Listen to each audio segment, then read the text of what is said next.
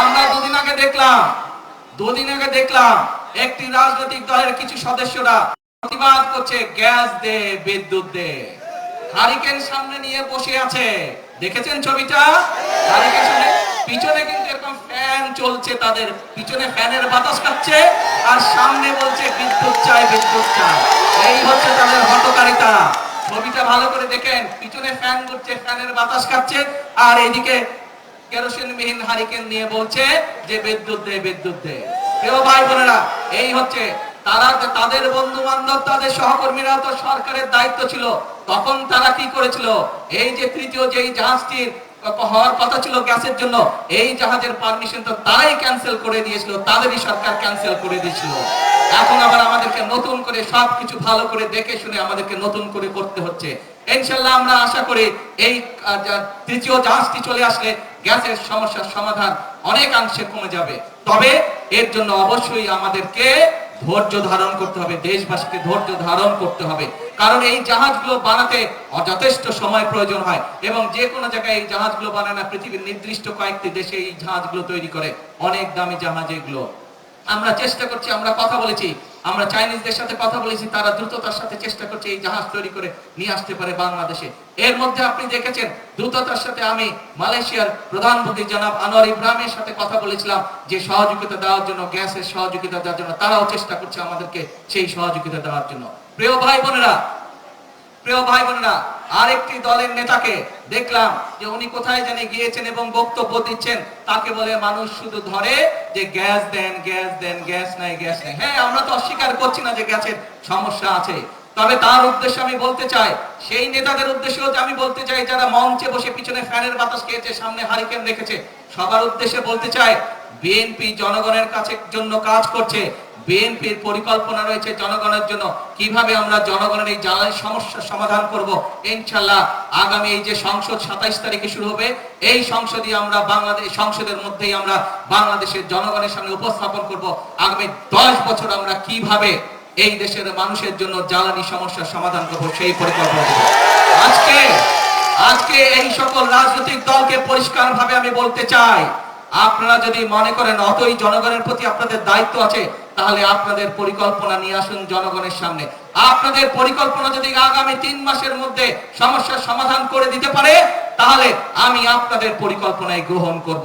তাদের প্রতি আমি চ্যালেঞ্জ ছুড়ে দিলাম, যেই বিদ্যুতের সমস্যা রয়েছে, যেই গ্যাসের সমস্যা রয়েছে, সেইটি সমাধানের জন্য তারা যদি সরকার থেকে ভালো কোনো পরিকল্পনা নিয়ে আসতে পারে, যে পরিকল্পনা আগামী 3 মাসের মধ্যে, বাদ দেন 3 মাস, আরো 3 মাস আমি তাদেরকে দিলাম, যদি 6 মাসের মধ্যে তারা সমস্যার সমাধান করতে পারে, তাহলে তাদের প্রত্যেকটি পরিকল্পনা আমরা বাস্তবায়ন করব। আর যদি তারা শুধুমাত্র জনগণকে বিভ্রান্ত করার জন্য, দেশকে বিভ্রান্ত করার জন্য এইসব কথা তারা বলে থাকে, তাহলে অবশ্যই তাদেরকে জনগণের কাছে ক্ষমা চাইতে হবে।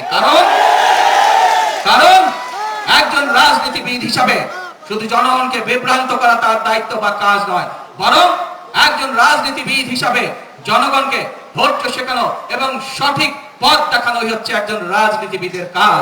সেই জন্যই আপনাদেরকে বলবো, আসুন, বিভ্রান্তির রাজনীতি স্বৈরাচার করে গেছে, মিথ্যার রাজনীতি স্বৈরাচার করে গেছে, ভাঙচুরের রাজনীতি স্বৈরাচার করে গেছে। আপনারা জনগণের সামনে প্রতিজ্ঞা করেছেন যে জনগণের জন্য কাজ করবেন, আপনারা জনগণের সামনে প্রতিজ্ঞা করেছেন যে আপনারা দেশ গঠনের জন্য কাজ করবেন। কাজেই সেই সব বিভ্রান্ত রাজনীতি বাদ দেন, সেই সব হঠকারিতার রাজনীতি বাদ দেন। আসেন, জনগণের জন্য কি করতে পারবেন, কি পরামর্শ আপনাদের দলের মধ্যে আছে, সেটি জনগণের সামনে তুলে ধরেন। কি পরিকল্পনা আপনাদের মাথার মধ্যে আছে যা জনগণের উপকার করবে, যা দেশের মানুষের উপকার করবে, সেটি জনগণের সামনে উপস্থাপন করেন। রাস্তায় বসে ভাঙচুর করা, রাস্তায় বিশৃঙ্খলা তৈরি করার দিন শেষ, সেই রাজনীতি শেষ। জনগণ এখন সেই রাজনীতি আর সমর্থন করে না। প্রিয় ভাই বোনেরা, আজকে এখানে দেখেছেন বিভিন্ন জন যারা বক্তব্য রেখেছে, তারা বলে গিয়েছে যে কিভাবে আমরা ঢাকা 17 এলাকার জন্য কাজ করছি, ঢাকা 17 এলাকার অবস্থানের উন্নয়নের জন্য কাজ করছি। তারা বলে গিয়েছে যে তাদের কিভাবে আমরা মানুষের উন্নয়নের জন্য এখানে কাজ করছি, মানুষকে স্বস্তি দেওয়ার জন্য কাজ করছি। এই যে আপনাদের পাশে এই গুলশান লেক আছে, বনানী লেক আছে, এই লেক যদি পরিষ্কার করতে হয়, এই লেক পরিষ্কার করতে 6 মাস সময় লাগবে, লাগবে না? যত ময়লা এর মধ্যে আছে। কাজে কোনো বক্তব্য রাখা খুবই সহজ কাজ, সমালোচনা করা খুবই সহজ কাজ। যদি মুরত থাকে আসেন, ছাদের হাত গুটিয়ে হ্যান্ডেল করে কেচ পরে কোদালাতে মাঠে নামো, মানুষের জন্য কাজ করো, দেশের জন্য কাজ করো, সঠিক কথা বলো। এমন কোনো কথা বলবেন না যেই কথা বলে দেশে বিশৃঙ্খলা তৈরি হয়। এমন কোনো কাজ করবেন না যেই কথা বললে বিশৃঙ্খলা তৈরি হয় রাজপথে। কারণ স্বৈরাচার বসে আছে।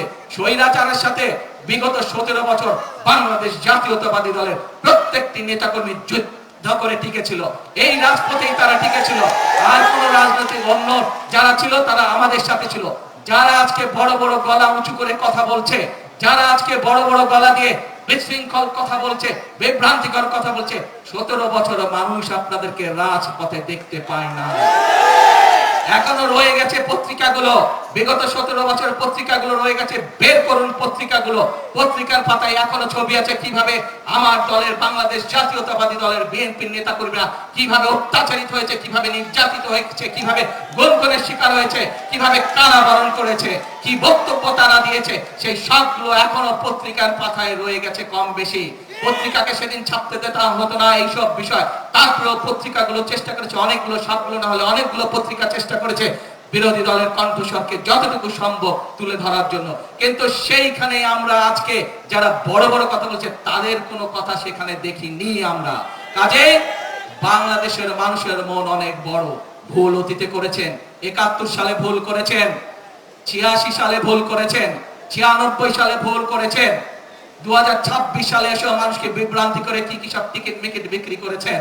আসেন এইসব বিভ্রান্তির রাজনীতি থেকে বেরিয়ে আসুন, এইসব মিথ্যা রাজনীতি থেকে বেরিয়ে আসুন, এইসব উস্কানি দেওয়ার রাজনীতি থেকে বেরিয়ে আসুন। সত্যিকার ভাবে জনগণের কাজ হতে পারে, সত্যিকার ভাবে দেশ এগিয়ে যেতে পারে, এইরকম যদি কোনো পরিকল্পনা আপনাদের কাছে থাকে, এরকম যদি কোনো চিন্তা ভাবনা আপনাদের কাছে থাকে, উপরের টেবিলে উপস্থাপন করুন, সংসদে উপস্থাপন করুন, জনগণের সামনে উপস্থাপন করুন। সেই পরিকল্পনা যদি ভালো হয়, সেই পরিকল্পনা যদি বাস্তবসম্মত হয়, সেই পরিকল্পনা যদি দেশ এবং দেশের মানুষের উপকার করে, অবশ্যই আমরা সেই পরিকল্পনা অনুযায়ী কাজ করব ইনশাআল্লাহ। প্রিয় ভাই বোনেরা, বাংলাদেশের মানুষ দেখতে চায় তাদের ভাগ্যের পরিবর্তন। বাংলাদেশের মানুষ দেখতে চায় যে তাদের এই প্রিয় মাতৃভূমি ধীরে ধীরে এগিয়ে যাচ্ছে পৃথিবীর বুকে।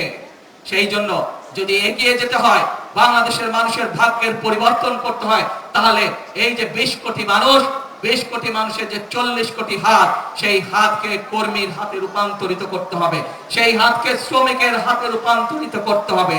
প্রিয় ভাই বোনেরা, আজ আমি কে পেলাম সেটি বড় কথা নয়। আমি এই